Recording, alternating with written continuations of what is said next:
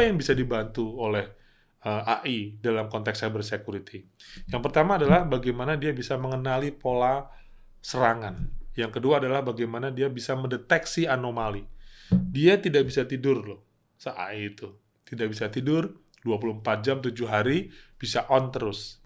Tanpa ada rasa capek, tanpa ada rasa lelah, tanpa rasa emosional, tanpa rasa lupa. Karena yang namanya proteksi, itu bukan hanya sekedar melakukan penanganan kalau terjadi insiden, tapi bagaimana kita bisa satu langkah ke depan supaya tidak terjadi ancaman itu. Itu lebih penting. Mencegah tidak terjadi atau one step ahead untuk tidak terjadi akan jadi lebih penting.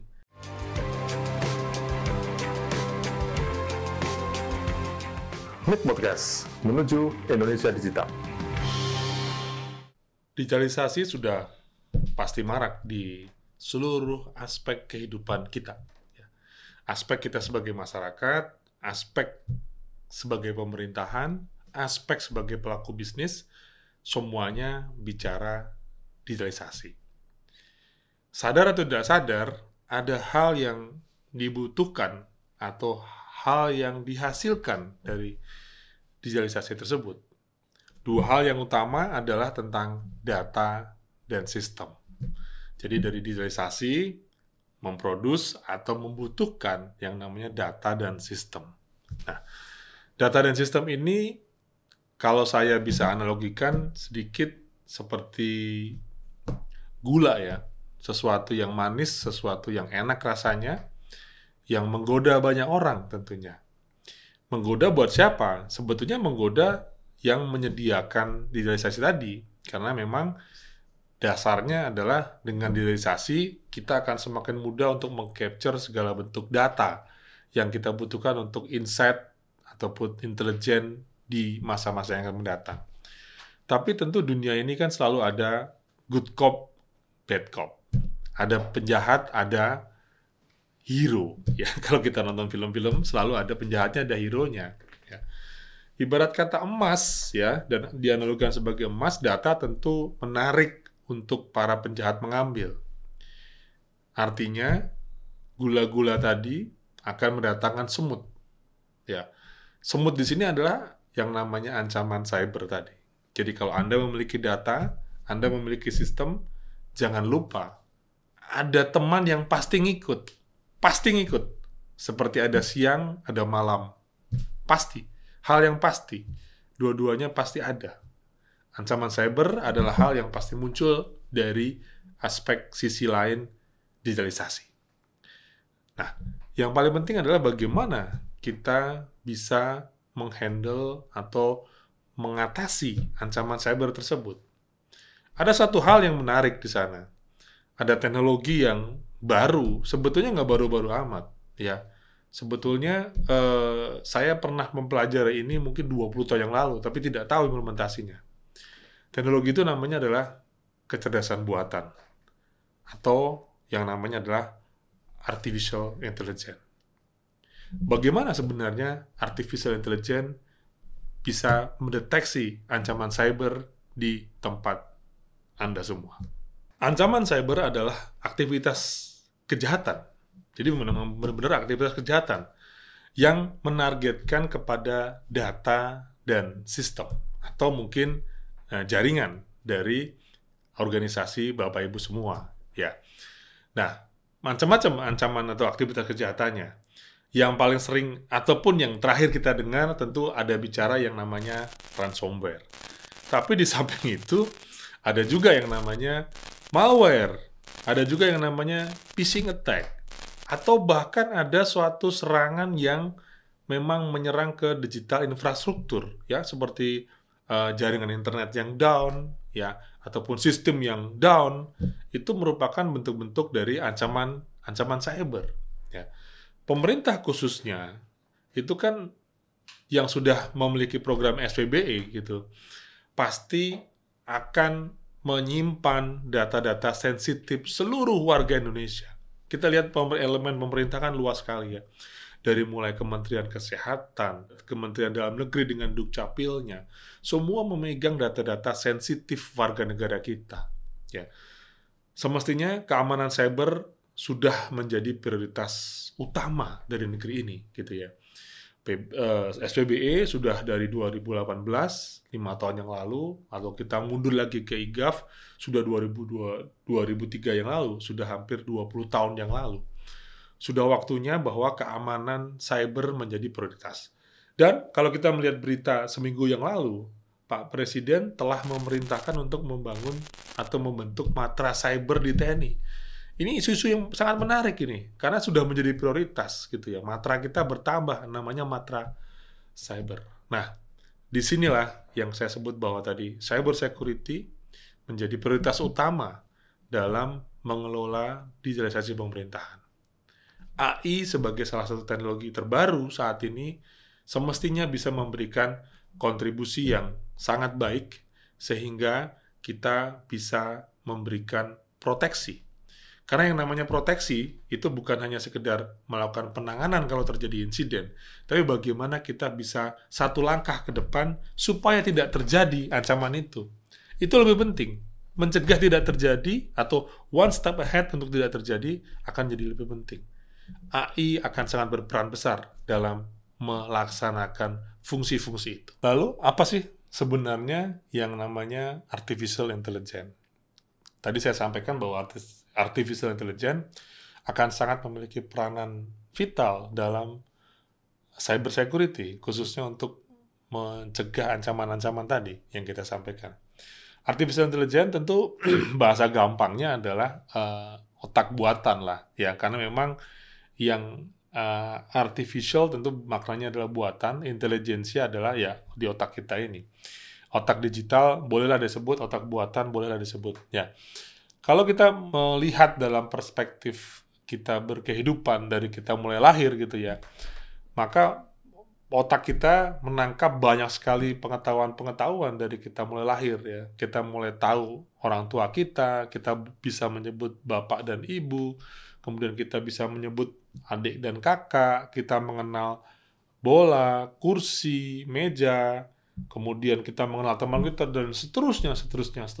Maka di otak kita itu akan menyimpan banyak sekali data. Gitu. Sampai kita berumur dewasa, 10, 20, 30, 40 tahun, maka kita akan memiliki banyak sekali data di dalam otak kita. Tentu tidak lepas dari kekurangan manusia, ya ada lupanya, ada rasa yang dibangunnya, ya ada emosionalnya dan sebagainya. Tetapi kalau kita bicara artificial intelligence, tentu saja bagaimana kemampuan dia bisa menganalisa data, bisa membentuk pola, dan dia bisa belajar. Sama seperti kita belajar dari SD SMP, mulai mengerti tentang cara berpikir, kerangka berpikir, mengenai pola. Oh, ternyata kalau mendung itu kemungkinan akan hujan.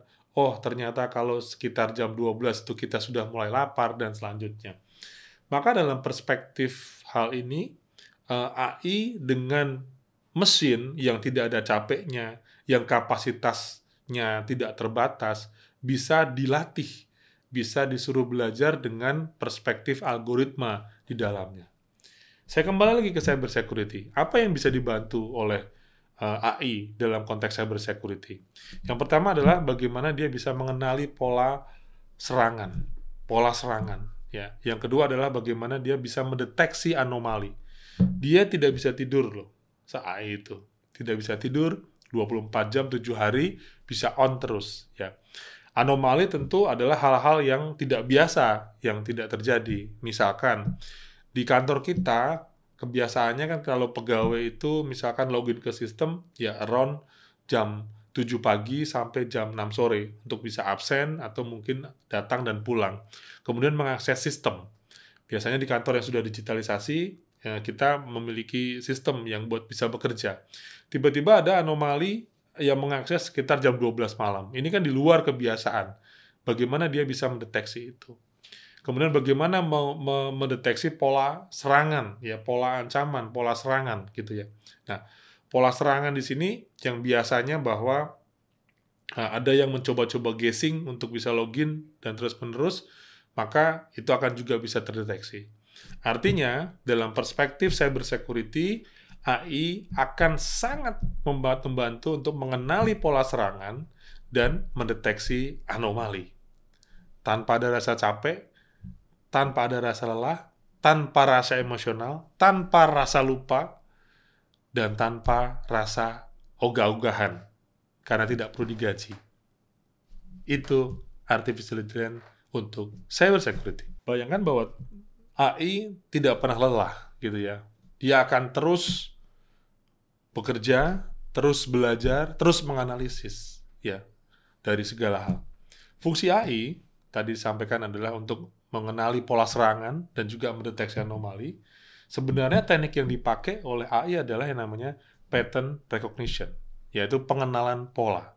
Artinya di sistem Anda, sistem Bapak Ibu sekalian, pada saat terjadi serangan sekali, itu akan tercatat sama si AI tadi untuk bisa dipelajari. Serangan kedua tentu harus dipelajari. Sehingga pada saat terjadi serangan yang kedua atau yang ketiga tadi, tentu sudah ada pattern yang sudah ditemukan, maka dia akan bisa melakukan tindakan-tindakan pemberian peringatan bahwa akan ada potensi terhadap serangan-serangan yang akan bisa muncul. Nah, seperti tadi saya sampaikan, misalkan tiba-tiba ada lonjakan traffic ya, nggak normal-normalnya nih, tiba-tiba kita kebanjiran traffic sekian bandwidth yang ada gitu ya, masuk gitu, wah ini pasti ada aneh, maka dia memberikan early warning ya terhadap si sistem administrator, atau bahkan kemungkinan kalau sistem AI-nya bisa dikembangkan lagi tidak cuma sebagai pengenalan pola serangan, tapi juga bisa memberikan countermeasure, bisa memberikan suatu tindakan, bertindak gitu ya, dengan ada signature dan tindakan untuk melakukan dropping terhadap serangan-serangan masuk atau memberikan cegah tangkal ke sana. Itu juga bisa dilakukan. Nah, dari sana kita bisa mengambil bahwa AI bisa mengambil tindakan sebelum terjadi serangan. Di pemerintahan yang bisa kita contohkan adalah sekali lagi bahwa pemerintahan itu memegang sesuatu hal yang sensitif, data-data itu, ya, sistem-sistemnya, data warga, data kesehatan sangat luar biasa disimpan oleh pemerintah kita. Nah, di sini momok bangsa kita ini kan, ya at least tahun 2 tahun terakhir ini momok yang kita terima adalah data bocor gitu ya. Data bocor itu kan sudah kejadian. Bisa nggak sih AI kita membantu supaya data itu tidak sempat bocor? Tentu harus ada aksinya ya, karena memang sifatnya AI kan tadi disampaikan adalah melakukan proses mendeteksi anomali. Ya, tentu ada hal-hal yang aneh gitu ya, yang terjadi biasanya. Nah, sebelum data itu bocor gitu ya. Semisal ditemukan suatu anomali, ya, kemudian kita mendapatkan announcement atau peringatan dari mesin atau AI tadi, maka kita segera bertindak. Nah, memang masih ada faktor manusianya nih. Jadi AI dalam konteks ini adalah saat kita menerima peringatan. Bisa nggak sih AI sekaligus bertindak juga gitu ya? Karena siapa tahu yang dikasih peringatan lagi tidur, lagi cuti, kalau misalkan atau lagi hari libur, yang peringatan nggak bisa bertindak juga gitu ya. Ya bisa-bisa saja pada saat ada anomali, AI-nya mendeteksi, kemudian AI sendiri yang melakukan suatu tindakan. Itu juga hal yang mungkin kita desain ya. Di situ yang kita bilang bahwa kita akan melakukan tindakan pencegahan. Karena kita berharap kita tidak hanya menangani kebocoran saja, tapi kalau bisa kita mencegah tidak terjadi kebocoran. Memang yang kita dengar berita di banyak media sekarang adalah yang muncul gitu ya. Mungkin ada 1 atau 2 tentang data bocor gitu ya. Tetapi saya yakin penerapan yang itu ada berita lain yang tidak diberitakan bahwa itu tidak bocor. Once bahwa kita menemukan data bocor, berarti tindakan untuk mencegah itu belum dilakukan dengan optimal. Maka AI akan bisa memberikan bantuan itu secara lebih optimal untuk mencegah tidak data bocor dengan peringatan ataupun action terhadap peringatan tersebut. Membayangkan artificial intelligence dan cyber security sebetulnya sih gampang-gampang saja ya. Ya, mungkin dari kita semua kebanyakan sudah pernah ke mall gitu. Kita pernah ke mall. Di mall itu kalau Bapak Ibu bisa lihat pasti ada satpamnya yang jaga di depan. Kita lihat masalah capability satpam itulah. Bagaimana caranya satpam itu bisa mengawasi setiap pengunjung yang masuk ke mall itu. Satu, mengawasi siapa aja yang masuk, ya. Tentu apakah ada perilaku-perilaku yang mencurigakan, ya, di sana. Dan dia juga harus memantau setiap sudut mall yang ada di situ. Apalagi mallnya gede banget gitu ya. Maka dengan mall yang gede banget itu, jangkauan dan kapasitas dia pasti akan semakin sulit gitu. Nah, kita bayangkan bahwa satpam itu kita ganti dengan satpam ataupun penjaga mall yang super pintar. Ya, di mana dia satu tidak ada capeknya ya. Tidak seperti manusia yang ada capeknya, ada lag-nya gitu ya. Ada titik lemahnya, tetapi memiliki jangkauan yang lebih luas. Dia bisa mengamati seluruh pengunjung yang hadir. Dia bisa mengamati perilaku pengunjung. Setiap pengunjung dia lihat perilakunya, dia catat. Dan kalau ada perilaku-perilaku yang aneh, dia segera mendekatinya untuk memberikan peringatan. Ya, atau mendeteksi sesuatu hal yang curiga. Yang biasanya jalan ke samping kok jalannya mundur nih orang misalkan. Yang biasanya dia lurus-lurus saja ke dalam satu tenan, tiba-tiba ada yang masih celingak-celinguk, itu bisa menjadi sesuatu yang mencurigakan. Atau mungkin dia pernah belajar juga si sistem pintar itu dari kejadian-kejadian yang lalu. Biasanya nih, kalau ada orang yang bolak-balik ke toilet, itu ada potensi dia melakukan sesuatu, ya, pencurian ataupun apa. Nah, bagaimana mendeteksi hal tersebut gitu ya. Nah, hal-hal itu kita bisa analogikan sebagai peran AI dalam cyber security. Penjaga itu tentu ada lelahnya, ada sip-sipannya. Tapi kalau kita menerapkan AI, maka satu, dia bisa mendeteksi perilaku setiap pengunjung mall lah kasarannya, atau traffic yang tadi saya sebutkan, tanpa ada rasa lelahnya, gitu, nggak ada lelahnya. Kemudian dia bisa menjangkau secara detail dan kecil-kecil di setiap sudut-sudut dari mall itu, ya, tanpa capek juga. Kemudian dia sudah memiliki pattern recognition, di mana kalau demikian begini, maka begitu. Maka dia akan terus belajar. Dari kejadian yang dia alami, dia akan terus belajar dan terus belajar. Sehingga dia akan semakin pintar untuk melihat gelagat-gelagat terhadap potensi-potensi aktivitas kejahatan ataupun ancaman-ancaman yang akan terjadi. Nah, dari sini sangat mudah mungkin kita bisa memahami bagaimana AI dan cyber security menjadi hal yang sangat erat hubungannya kalau kita bisa menganalogikan sebagai penjaga mall tadi. Bagaimana dia bisa mengawasi, bagaimana dia bisa mengelola pattern, mengapali pattern, dan juga bisa mendeteksi anomali-anomali terhadap perilaku-perilaku dari pengunjung mall tadi. So, at the end, kita perlu penjaga sistem kita yang super, yang cerdas. Keamanan bukanlah tentang menghalangi ancaman, jadi bukan menghalangi ancaman, tetapi bagaimana tentang berada satu langkah ke depan. Jadi kita tidak hanya sekedar merespon, tapi mencegah serangan yang belum terjadi. Maka AI akan bisa mewujudkan hal tersebut.